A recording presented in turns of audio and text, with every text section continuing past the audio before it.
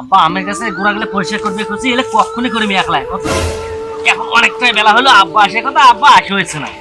দেখো তো কত জঙ্গল আছে, এলে কি পোকা মাকড় বাসা বাঁধবে না? কত জঙ্গল হচ্ছে রে বাপ রে বাপ, একেবারে পুরো জঙ্গল।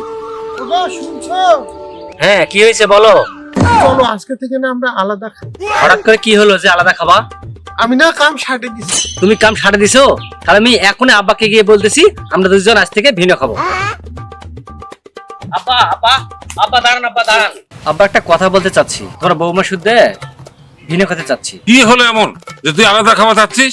বাবা তোমার বৌমা বললো কাম নাকি সারে দিছে। কি এমন কাম সাটে দিছে যে তোকে আলাদা খাইতে হবে? তা তো জানি নে। আগে জানে নে।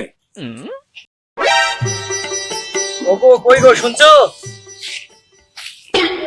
তুমি যে আমাকে ভিন্ন খাইতে বললা, তুমি কি এমন কাম করছো যে ভিন্ন খাইতে আমরা পারবো? আমি তো কাম সাটে। আচ্ছা কি কাম সারে দিছো বলবা না? আমি না কাম তুমি বলবা না কি কাম সারে দিছো? আমি না পিঠা ভাজা শিখি। হ্যাঁ শালি মাগি কয় কি রে?